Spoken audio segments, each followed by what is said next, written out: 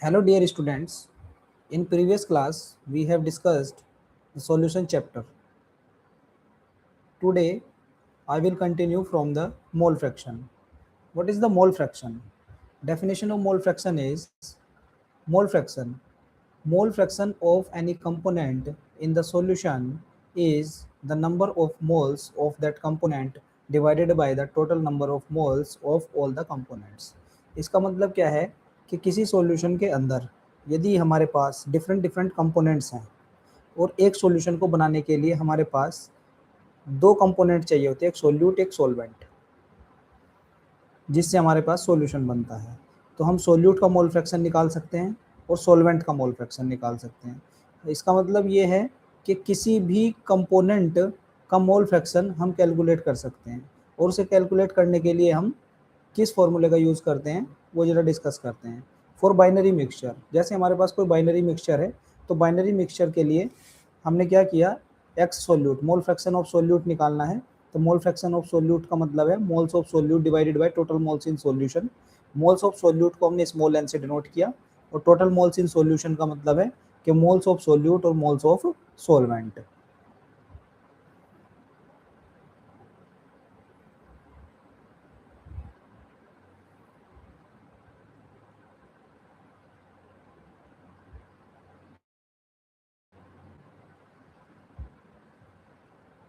Similarly हम solvent के लिए मोल फ्रैक्शन कैलकुलेट कर सकते हैं। सॉल्वेंट के लिए मोल फ्रैक्शन कैलकुलेट करने का जो फॉर्मूला होगा, moles of solvent divided by total moles in solution. हमने मोल ऑफ सॉल्वेंट, सॉल्वेंट के मोल के लिए कैपिटल एन से डिनोट किया है इसको। सो मोल सॉल्वेंट के मोल को कैपिटल एन से डिनोट किया है, और टोटल मोल्स इन सॉल्यूशन, उसमें सोल्यूट के मोल्स हैं और सॉल्वेंट के मोल्स हैं। सोल्यूट के मोल्स को हमने स्मॉल एन से और सॉल्वेंट के मोल को हमने कैपिटल एन से डिनोट किया है। तो दोनों का हमने जब सम किया, एक्स सोल्यूट और एक्स सोलवेंट का जब हमने सम किया, तो हमारा सम जो है वो 1 के इक्वल आता है। ठीक है, ये इंपॉर्टेंट पॉइंट है, इस पॉइंट को थोड़ा रिमेंबर रखने की आवश्यकता है। तो you should remember this point, x solute plus x solvent is equal to 1। और फर्दर इसको हम फॉर्मूले को यूज़ करेंगे आगे, राउल्ट लॉ में यूज़ करेंगे, और जब हम relative lowering in vapour pressure को स्टडी करेंगे। नेक्स्ट हम चलते हैं पीपीएम टर्म्स पे। पीपीएम का मतलब होता है पार्ट्स पर मिलियन, कि 1 मिलियन के अंदर कितने पार्ट्स हैं, 1 मिलियन सॉल्यूशन के अंदर कितने पार्ट्स सोल्यूट प्रेजेंट है, 1 मिलियन सॉल्यूशन के अंदर कितना पार्ट्स सोल्यूट प्रेजेंट है, उसको हम कहते हैं पार्ट्स पर मिलियन। पीपीएम को हम कैसे लिख सकते हैं, पीपीएम को वेट बाय वेट लिख सकते हैं, वेट बाय वॉल्यूम लिख सकते हैं, और वॉल्यूम बाय वॉल्यूम लिख सकते हैं। तो पीपीएम वेट बाय वेट को कैसे हम डिफाइन करेंगे, ppm weight by weight is equal to weight of the solute in gram divided by weight of solution in gram into 10 power 6, that is called 1 million, that is called 1 million।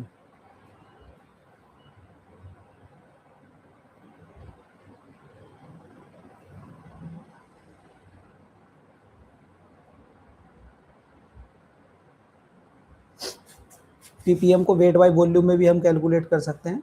Ppm को wait by volume में लिखने का जो हमारा वे होता है वो क्या है, ppm weight by volume is equal to weight of the solute in gram divided by volume of the solution in ml into 10 power 6। Ppm moles by moles भी लिख सकते हैं। पीपीएम मोल्स बाय मोल्स का मतलब हमारे पास क्या है, moles of solute by moles of solution into 10 power 6। Next चलते हैं,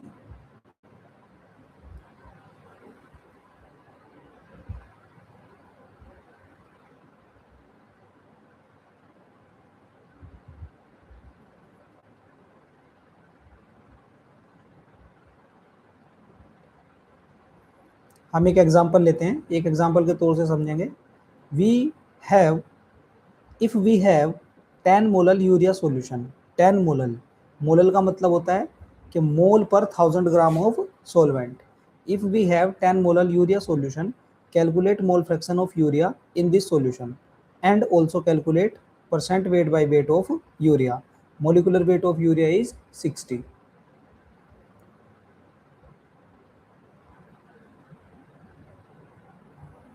10 molar urea solution, 10 molar urea solution का मतलब है हमारे पास 10 moles urea in 1000 gram of water. जब हम यूरिया का मोल फ्रैक्शन निकालेंगे, हमें यही कहा है कि मोल fraction of urea in this solution, urea का मोल फ्रैक्शन निकालेंगे, क्योंकि हमारे पास जो यूरिया का सॉल्यूशन है, इस सॉल्यूशन के अंदर यूरिया है सॉल्यूट और वाटर है इसमें सॉल्वेंट। तो हम यूरिया का जब मोल फ्रैक्शन निकालेंगे तो हम moles of the urea divided by moles of urea plus moles of water. Moles of urea हमारे पास 10 है, मोल्स ऑफ यूरिया 10 है plus moles of water, water हमारे पास 1000 ग्राम वाटर में है ये, तो 1000/18 वेट, क्योंकि मोल्स जो होते हैं वो कैसे कैलकुलेट किए जाते हैं, वेट बाय मोलिकुलर वेट से। तो वेट ऑफ सोलवेंट कितना आ गया 1000 ग्राम और मोलिकुलर वेट कितना आ गया 18 ग्राम। ओवरऑल कैलकुलेट करेंगे, जब ओवरऑल कैलकुलेट करेंगे तो हमारे पास आ जाएगा 0.1526। अब हमें निकालना था percent weight by weight of urea. Percent weight by weight of urea निकालने के लिए हमें क्या निकालना पड़ेगा, wait of urea divided by weight of solution. Urea का हमारे पास वेट कितना आ जाएगा, क्योंकि हमारे पास 10 मोल्स हैं और मोलिकुलर वेट 60 है, तो n is equal to weight by molecular weight, और वेट आ जाएगा हमारे पास क्या 10 × 60 डिवाइडेड बाय 10 × 60 प्लस 1000 ग्राम हमारे पास किसका है, सॉल्वेंट का वेट है, और ये हमारे पास किसका वेट है, सोल्यूट का वेट है। तो जब हम इसके सोल्यूट के वेट को सोल्वेंट के वेट से डिवाइड कर देंगे ग्राम में और 100 से मल्टीप्लाई कर देंगे तो ये कितना आ जाएगा, टोटल कैलकुलेट करके वेट परसेंट आ जाएगा।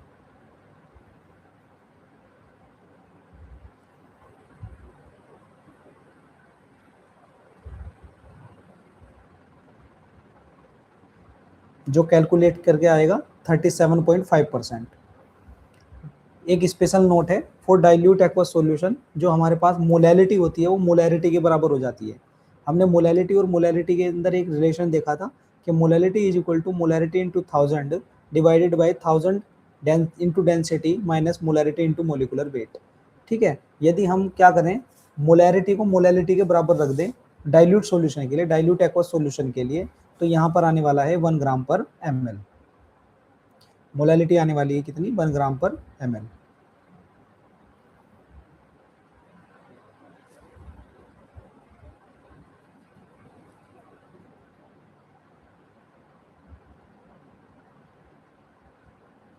सेकंड क्वेश्चन देखेंगे, calculate molarity of calcium carbonate aqueous solution which has concentration of calcium carbonate is equal to 200 ppm। अब 200 ppm का क्या मीन्स है और हमें करना क्या है। 200 ppm का मतलब है कि 200 gram of calcium carbonate is present in 10⁻6 gram of water, ये इसका मीनिंग है। और हमें निकालना क्या है, मोलैरिटी, और मोलैरिटी को निकालने के लिए हमें क्या चाहिए होता है, मोल्स चाहिए होते हैं सोल्यूट के, मोल्स बाय 1000 ग्राम हमें चाहिए होता है सॉल्वेंट का, और इंटू 1000 चाहिए होता है। तो हम क्या करेंगे, 200 gram of calcium carbonate in 10⁻6 of water, मतलब 1 मिलियन ग्राम ऑफ वाटर में ये प्रेजेंट है। तो हमें मोल्स कितने मिल जाएंगे कैल्शियम कार्बोनेट के, कैल्शियम कार्बोनेट का मोलिकुलर वेट होता है 100, तो वेट बाय मोलिकुलर वेट से हम निकाल लेंगे मोल्स, कितने मोल्स आ जाएंगे 2 मोल्स आ जाएंगे। 2 moles of calcium carbonate is present in कितने लीटर में, क्योंकि जब हम इसको ग्राम को, इतने वाटर ग्राम को लीटर में कन्वर्ट करेंगे तो कितना बन जाएगा 10⁻3 लीटर ऑफ वाटर, क्योंकि D इज इक्वल टू कितना है 1 ग्राम पर ml, क्योंकि वाटर की डेंसिटी कितनी होती है 1। तो मोलैरिटी कितनी आ गई 2/10⁻3। मोलैरिटी का फॉर्मूला हमने लगा दिया मोल्स पर लीटर, तो मोल्स इतने, वॉल्यूम इतना, जिस हिसाब से हमारे पास मोलैरिटी आ गई 2 × 10⁻³ molar.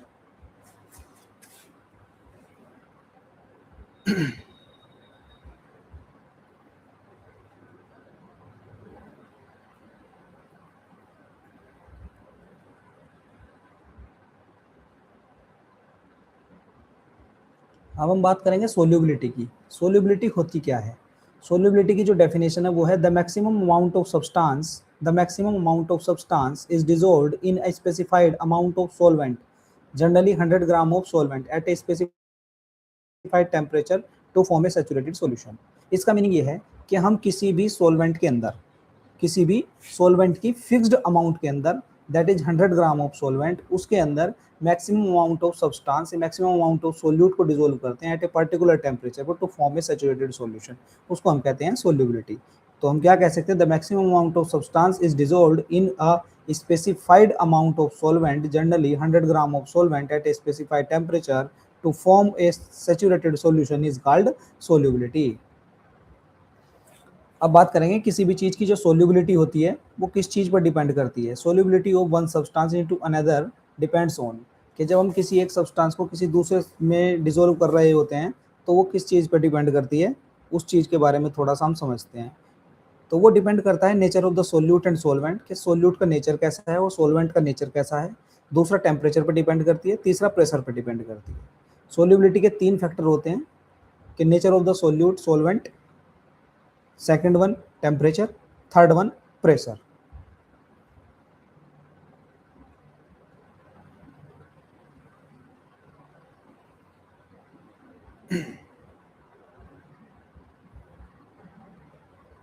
Solubility of A solid in liquid, जब हम किसी भी सॉलिड को लिक्विड के अंदर सोल्यूबल कर रहे होते हैं तो हमारे पास किन किन फैक्टर पर वो डिपेंड करती है वो देखते हैं.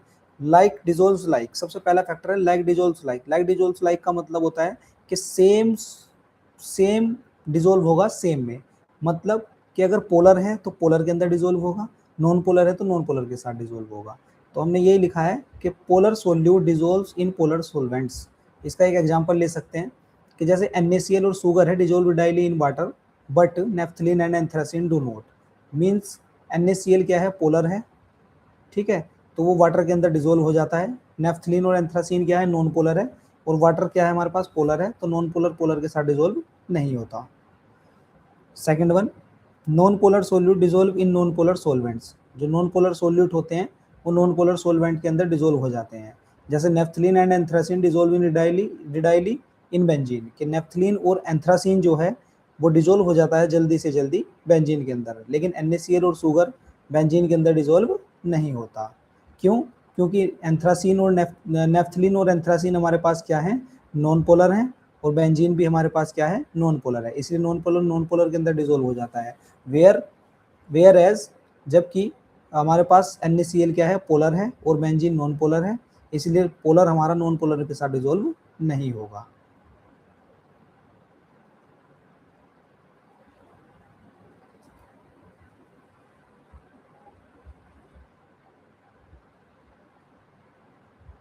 अब हम बात करते हैं डिजोल्यूशन की.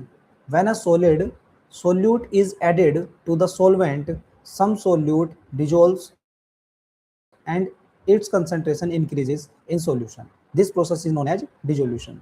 इसका मतलब क्या है कि जब हम किसी सोल्यूट को ऐड करते हैं किसी सोलवेंट के अंदर तो उसका कुछ पार्ट डिजोल्व हो जाता है, और उसकी कंसंट्रेशन भी जैसे जैसे वो डिजोल्व होता रहता है उसकी कंसंट्रेशन भी इंक्रीज होती जाती है, और इस प्रोसेस को हम क्या कहते हैं, डिजोल्यूशन. इस प्रोसेस को हम क्या कहते हैं, इस प्रोसेस को हम क्या कहते हैं, डिजोल्यूशन.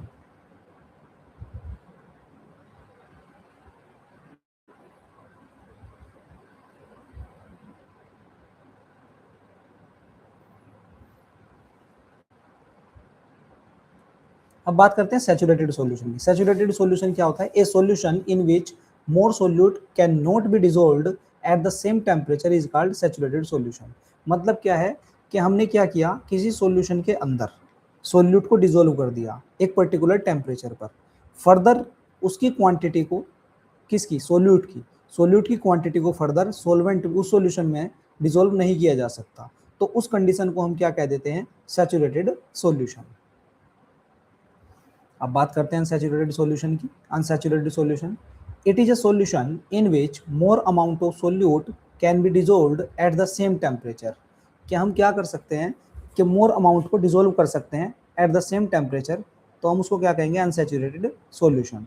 कि हम किसी भी सॉल्वेंट के अंदर किसी सोल्यूट को डिजोल्व कर रहे हैं और डिजोल्व करते करते ऐसी कंडीशन आ रही है कि फर्दर उसके अंदर और क्वांटिटी को ऐड किया जा सकता है, तो उस कंडीशन को हम कहते हैं अनसैचुरेटेड सॉल्यूशन. उस कंडीशन को कहते हैं अनसैचुरेशन, और उस सॉल्यूशन को कहते हैं unsaturated solution.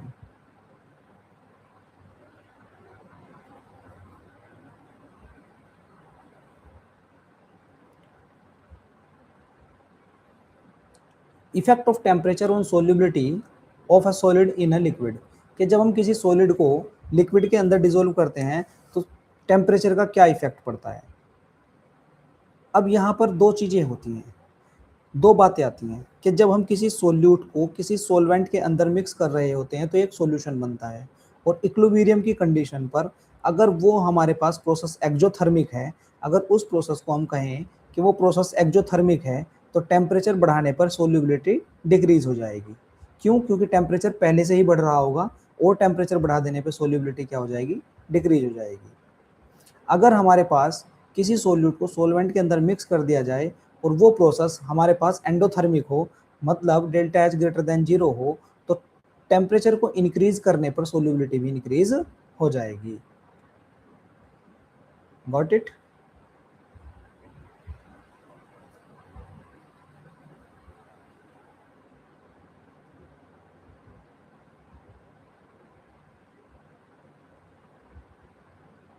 Effect of pressure on solubility of A solid in a liquid, कि जब हम किसी सॉलिड को किसी लिक्विड के अंदर डिसॉल्व करते हैं तो हमारे पास प्रेशर का क्या इफेक्ट पड़ता है? There is no effect of pressure, there is no effect of pressure, मतलब pressure does not have any significant effect on solubility of solids in liquids, कि जब किसी सॉलिड को किसी लिक्विड के अंदर डिसॉल्व किया जाता है और प्रेशर का कोई फैक्टर अप्लाई किया जाता है तो उसका कोई भी इफेक्ट उसके ऊपर नहीं पड़ता। ऐसा क्यों होता है? It is so because solids solids and liquids are highly incompressible and practically remain unaffected by the change in the pressure, कि जब हम किसी सॉलिड को और किसी लिक्विड को प्रेशर किसी सॉलिड और लिक्विड के ऊपर प्रेशर को अप्लाई करते हैं और प्रेशर को अप्लाई करने पर उसके ऊपर कोई इफेक्ट नहीं पड़ता, उसकी कंप्रेसिबिलिटी पर कोई इफेक्ट नहीं पड़ता, तो हम उसे क्या कह देते हैं कि there is no effect of pressure on the solubility when a solid is dissolved in liquid.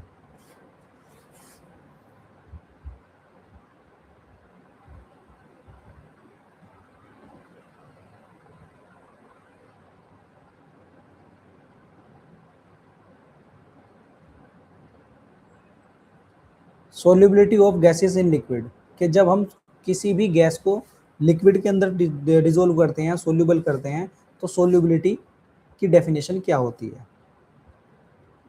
हमने क्या किया कि यूनिट वॉल्यूम ऑफ लिक्विड लिया, यूनिट वॉल्यूम ऑफ लिक्विड के अंदर हमने गैस को डिसॉल्व किया, किसी volume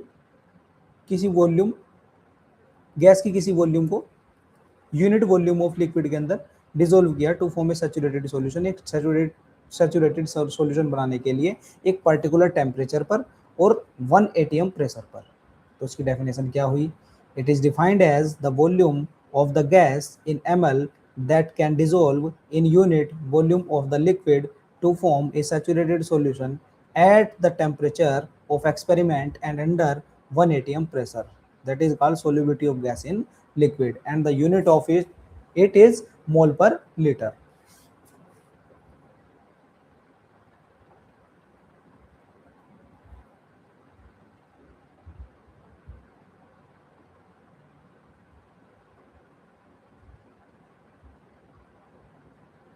factor affecting solubility of gas in liquid, जब हम किसी भी गैस को लिक्विड के अंदर डिसॉल्व करते हैं तो कौन कौन से फैक्टर अफेक्ट करते हैं, कौन कौन से फैक्टर उस पर इफेक्ट डालते हैं? सबसे पहला हमारे पास जो फैक्टर होता है वो फैक्टर है नेचर ऑफ गैस, गैस का नेचर। दूसरा नेचर ऑफ लिक्विड, लिक्विड का नेचर। तीसरा टेम्परेचर। चौथा प्रेशर। तो हम 1 बाय 1 इनको डिस्कस करेंगे।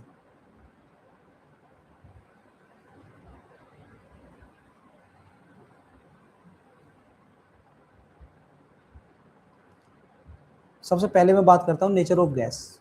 गैस का जो नेचर होना चाहिए वो केमिकली सिमिलर होना चाहिए सोलवेंट के, ठीक है। अगर केमिकली सिमिलर है सोलवेंट के तो हमारे पास गैस क्या हो जाएगी, डिसॉल्व हो जाएगी और सोल्युबिलिटी इंक्रीज हो जाएगी। मतलब gases like H2O2 N2 etcetera are soluble at small extent in water. जब वाटर के अंदर हम इनको डिसॉल्व करते हैं H2O2 और N2 को, तो ये बहुत ही कम एक्सटेंट पर, बहुत ही कम मात्रा में, बहुत ही कम क्वांटिटी में ये डिसॉल्व होती हैं। Whereas gases like CO2 NH3 HCl H2S etcetera are highly soluble in water. क्यों? ऐसा क्यों होता है? Because nature should be chemically similar to each other.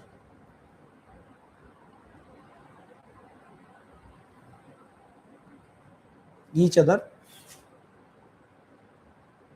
और हम कह सकते हैं कि nature should be chemical similar to solvent.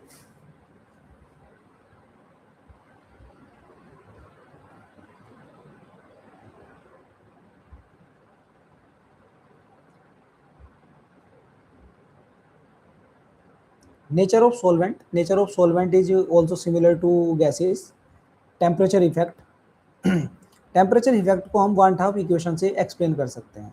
ठीक है, वन हाफ इक्वेशन क्या होती है, and log C2 by C1 is equal to minus delta H by R bracket 1 upon T2 minus 1 upon T1, minus का effect inside the bracket delta H by R 1 over T1 minus 1 over T2।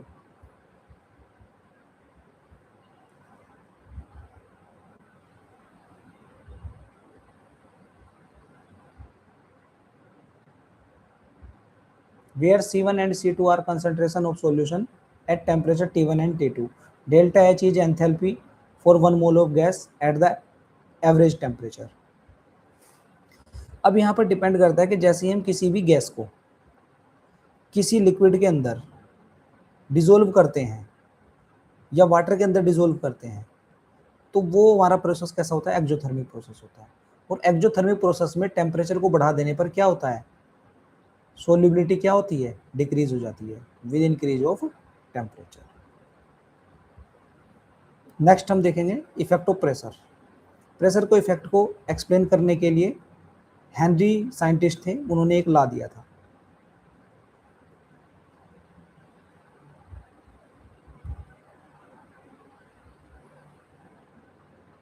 Effect of pressure, Henry law. This is very important and every time one question is asked from this topic। effect of pressure on solubility of gases in liquids। statement क्या थी इनकी, the solubility of gases in a liquid at a given temperature is directly proportional to the pressure at which it is dissolved। means कि जो हमारे पास partial pressure है gas का in equilibrium with the solution is directly proportional to the mole fraction of the gas at a given temperature। और हम क्या कह सकते हैं, solubility कि जो हमारे पास गैस का प्रेशर है, पार्शियल प्रेशर है, वो डायरेक्टली प्रोपोर्शनल होता है मोल फ्रैक्शन ऑफ गैस या फिर सोल्युबिलिटी ऑफ गैस। यही हेनरी साइंटिस्ट ने कहा था।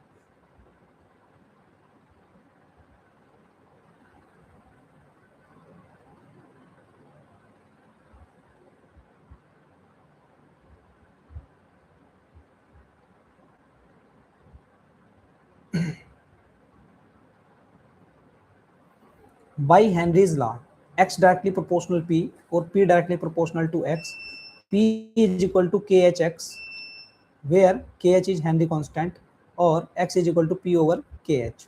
जैसे ही हमारे पास kh बढ़ता चला जाएगा, kh का मतलब हेनरी कांस्टेंट बढ़ता चला जाएगा, तो हमारे पास सोल्युबिलिटी घटती चली जाएगी।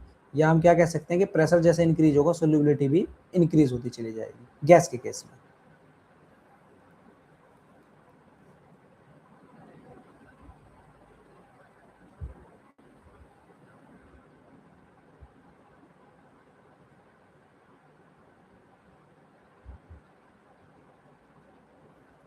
Characteristic of Henry law constant. Henry law constant के क्या करेक्टरिस्टिक्स हैं, इसके करेक्टरिस्टिक्स हैं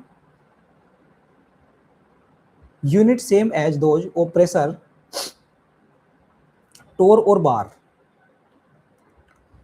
second, different gases have different value of KH for the same solvent. Means कि जो हमारे पास डिफरेंट टाइप की गैस को जब हम किसी से एक सॉल्वेंट के अंदर डिसोल्व करते हैं तो वहां पर केएच की वैल्यू क्या होती है, डिफरेंट होती है। अगर डिफरेंट सॉल्वेंट के अंदर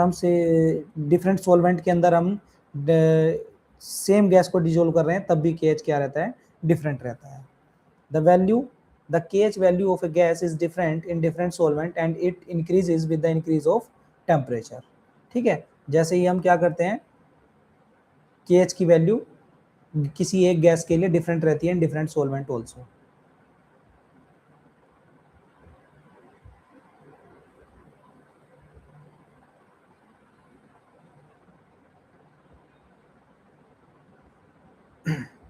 Higher the value of KH of a gas, lower will be the solubility since X is equal to P over KH।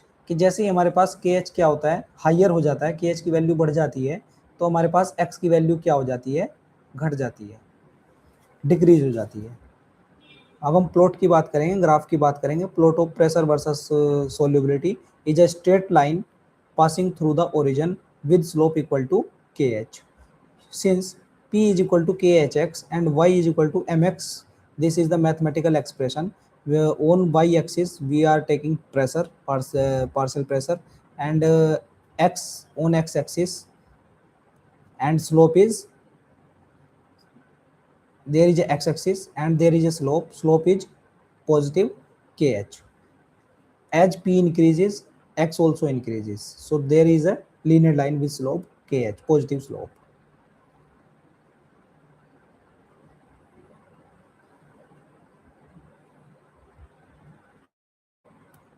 We can take an example. We can take an example. Plot of pressure versus mole fraction या solubility for solution of HCl in cyclohexane.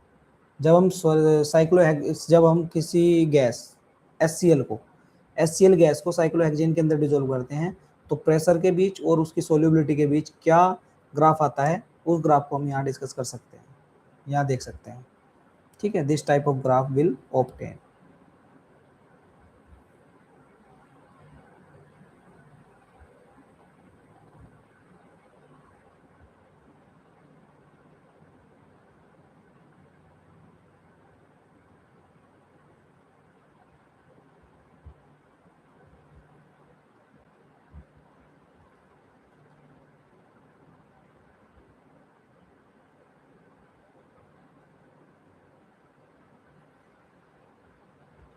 Application of Henry's law. Henry law की क्या application थी कि to increase the solubility of CO2 in soft drinks and soda water, the बोतल is sealed under high pressure. कि soda water बोतल के अंदर CO2 की सोल्यूबिलिटी को बढ़ाने के लिए हम क्या करते हैं, प्रेशर को इंक्रीज कर देते हैं और उसको हाई प्रेशर के ऊपर सील कर देते हैं। इन डीप सी डाइविंग, कि जब हमारे पास कोई भी व्यक्ति समुद्र की गहराई में जाता है, तो वो ऑक्सीजन के सिलेंडर को लेके जाता है, और compressed air cylinder is used to get more oxygen in the blood, but and to dissolve cause a disease called decompression sickness. Hence air diluted with helium is used. देखो क्या होता है कि जो हमारे पास सिलेंडर के अंदर ऑक्सीजन कंप्रेस्ड होती है, ठीक है, वो फॉलो करती है हेनरी लॉ को, और जैसे ही वो ब्लड स्ट्रीम के अंदर जाती है, तो प्रेशर जैसे ही बढ़ता है, तो प्रेशर बढ़ने के साथ साथ O2 की सोल्यूबिलिटी बढ़ जाती है ब्लड के अंदर। ठीक है, और N2 जैसे ही डिजोल्व हो जाती है ब्लड के अंदर, तो वो एक डिसीज को डेवलप करती है, जिसको हम क्या कहते हैं, decompression sickness.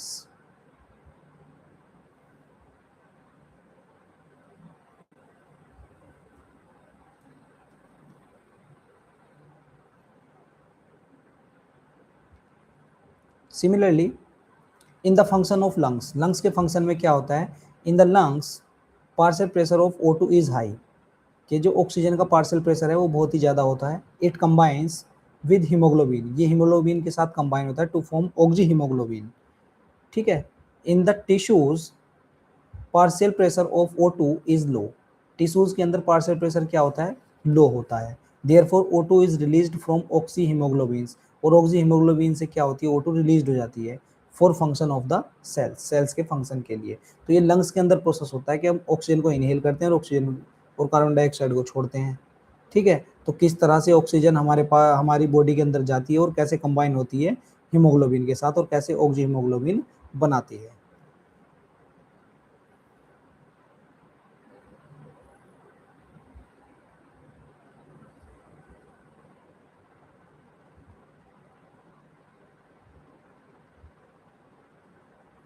फॉर क्लाइंबर्स और people living at high altitude, कि जो हमारे पास ऊंचाइयों पर चढ़ने वाले व्यक्ति होते हैं और ऊंचाइयों पर रहने वाले व्यक्ति होते हैं, उनके लिए हेनरी लॉ कैसे काम करता है। Concentration of O2 in the blood and tissues is so low, जब वो ऊंचाइयों पे जाते हैं तो O2 की जो कंसंट्रेशन होती है ब्लड स्ट्रीम के अंदर, टिश्यूज़ के अंदर, वो बहुत कम हो जाती है, दैट दे फील वीक, और उनको बहुत ही कमजोरी महसूस होनी स्टार्ट हो जाती है, and are unable to think properly, और वो वो अच्छी तरह से सोच नहीं सकते और उन्हें एक डिसीज हो जाती है, जिस डिसीज का नाम है एनोक्सिया।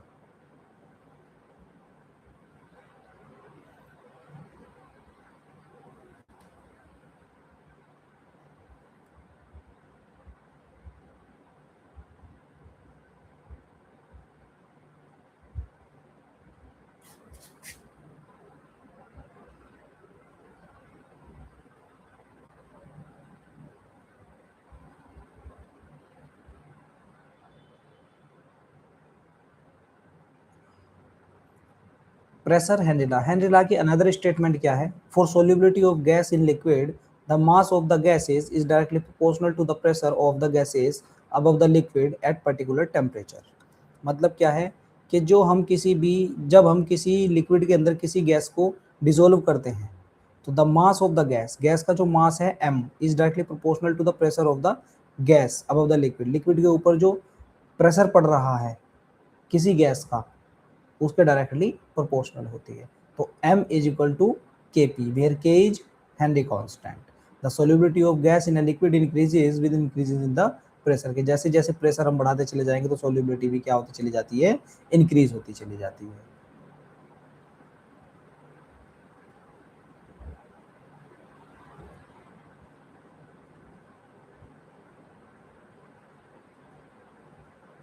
ये तो हो गया।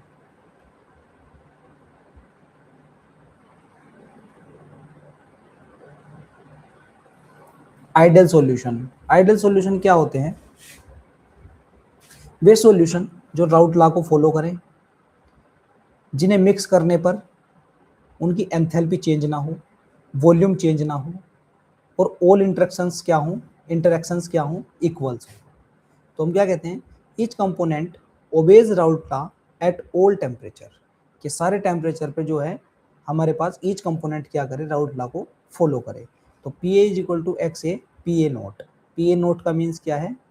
Partial pressure of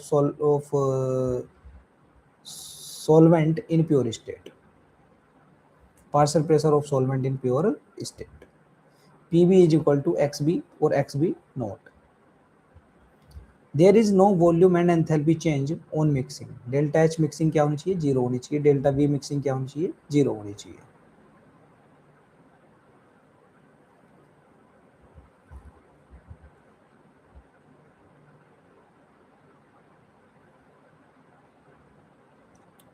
solute interactions is equal solvent interaction is equal solute interaction। all interactions should be equal, must be equal।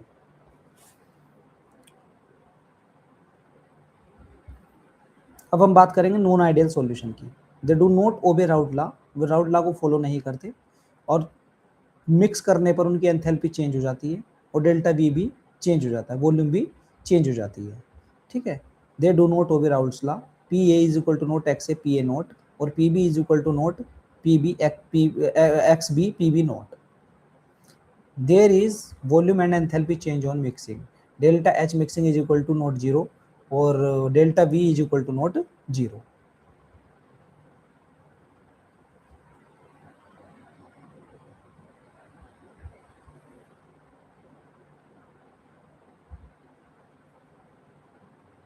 delta v is equal to not delta v on mixing is equal to not zero। all interactions are not equal। solute interaction, solvent interaction, solvent interaction, interactions are not equal।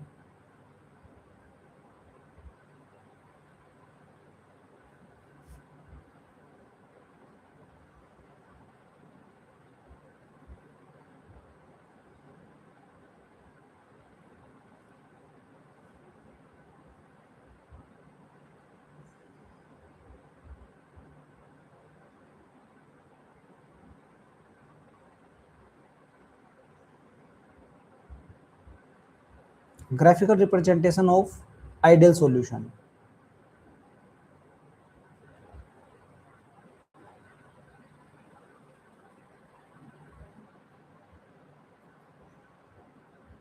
Ideal solution का graphical representation क्या होगा कि X A is equal to one, X B is equal to zero, X A is equal to zero और X B is equal to one.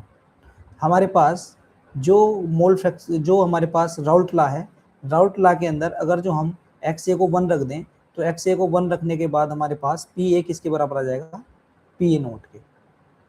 तो हमारा graph कहाँ से start होगा, पी ए नोट से, और वो ड्रॉप डाउन होता चला जाएगा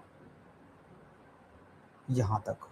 जैसे जैसे मोल फ्रैक्शन डिक्रीज होगा, मोल फ्रैक्शन जैसे डिक्रीज होगा, जीरो की ओर अप्रोच करेगा, वैसे वैसे हमारे पास पार्शियल प्रेशर, जो पार्शियल प्रेशर होगा सॉल्यूशन का, वो क्या होता रहेगा, या कंपोनेंट का, वो क्या होता रहेगा, डिक्रीज होता रहेगा।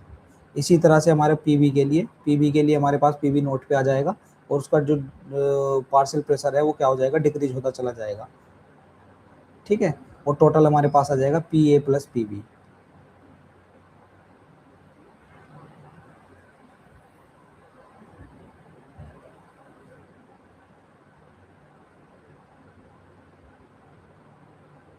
इस इक्वेशन से हम इजीली समझ सकते हैं, एक्स ए की जगह 1 रख दो तो पी ए नोट के बराबर आ जाएगा, और एक्स ए जैसे ही जीरो को अप्रोच करना स्टार्ट करेगा डिक्रीज होता चला जाएगा, तो पी ए भी क्या होता चला जाएगा, डिक्रीज होता चला जाएगा।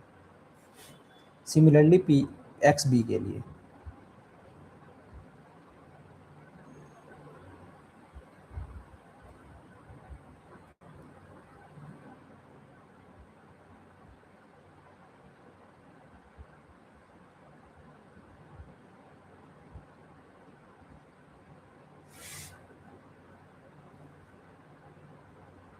नॉन आइडियल सॉल्यूशन दो तरह के होते हैं, there are two type of non ideal solution. Number 1, non ideal solution with positive deviation. Positive deviation में पी ए क्या हो जाएगा, ग्रेटर हो जाएगा, और P A naught X A से ग्रेटर होगा। सिमिलरली पी बी जो हमारे पास क्या होगा, ग्रेटर हो जाएगा P B naught X B से, और डेल्टा एच क्या हो जाएगा, पॉजिटिव हो जाएगा, और डेल्टा बी भी क्या हो जाएगा, पॉजिटिव हो जाएगा।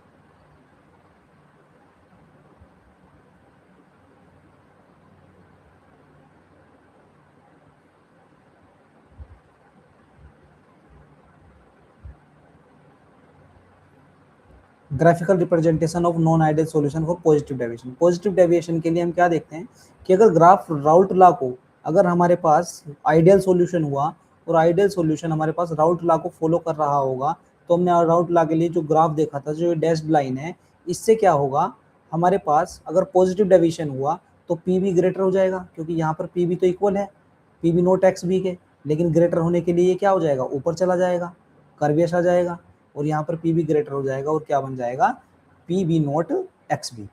सिमिलरली पी ए के लिए, और सिमिलरली पी टोटल के लिए।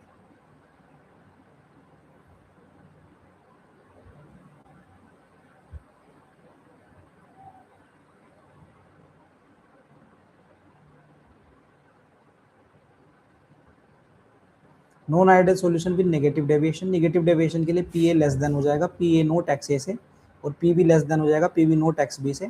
डेल्टा एच हमारे पास आ जाएगा नेगेटिव, और डेल्टा बी भी हमारे पास क्या आ जाएगा, नेगेटिव।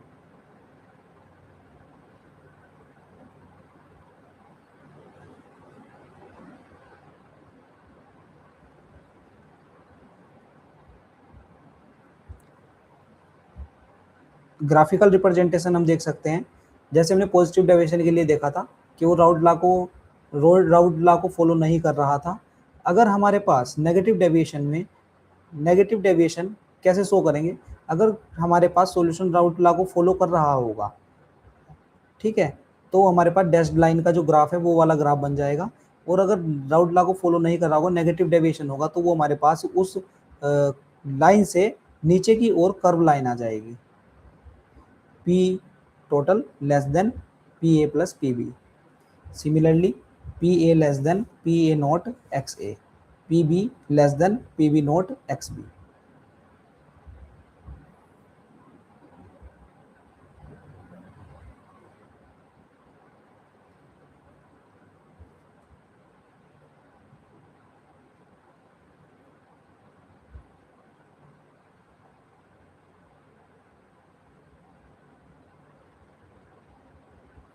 आज के लिए इतना ही फ्रेंड्स। नेक्स्ट क्लास के अंदर हम डिस्कस करेंगे वेपर प्रेशर को, relative lowering in vapour pressure को, ऑस्मोटिक प्रेशर को, कोलिगेटिव प्रॉपर्टीज जिसमें एलिवेशन इन बॉइलिंग पॉइंट और depression in freezing point, 4 colligative property को हम नेक्स्ट क्लास के अंदर डिस्कस करेंगे।